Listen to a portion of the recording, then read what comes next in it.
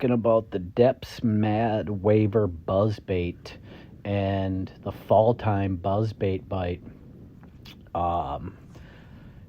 Late September, water is about 62 degrees, slowly falling, and the Topwater buzzbait bite is crushing, especially on these cloudy, rainy days. That one about took the rod out of my hand. And then I thought it was a lot bigger than it was. I'm looking at it, and I was like, is that a bass? And it just had like a different look to it or whatever. But anyway, yeah, it was a nice fish. But I thought it was like a 5+ when I first saw it in the water. Yep. And if you saw the Mega Bass Boa buzzbait video, I was up a lot closer in the grass. Well, all that grass died, and now I'm just targeting outside cabbage clumps.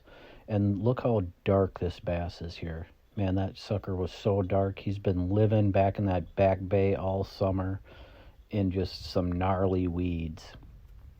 Yep. So anyway, this buzzbait, I've been throwing it all summer, and yeah, it's got some positives and it's got some negatives.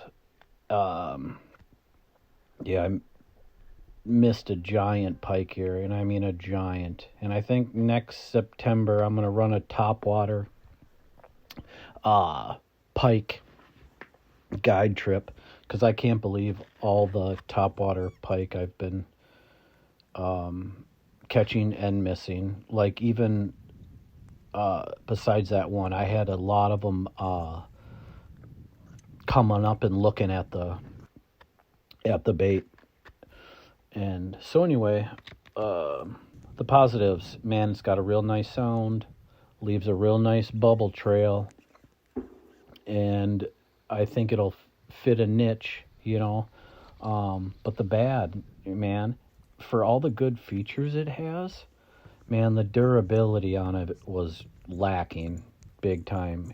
I had to keep like retuning the bait, like I had to keep bending the wires, because they would just get mangled on every fish. And I mean, I'm catching some that aren't even that big, you know, in pretty much open water, and it would still come in mangled. So I was always having to retune it, and man, the skirt fell off like right away.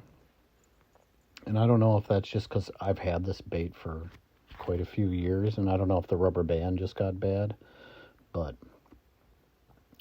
anyway, yeah, late September, northern Minnesota, cloudy, rainy, overcast, about 8-mile-an-hour winds this morning. It's pretty calm on this side. Yeah, and so the reeds right now, they're not as strong as they were this summer, so I'm not forcing it. When I catch one back in those reeds, I'm just applying pressure, and then like the braid will just eventually saw through those reeds that are kind of dying.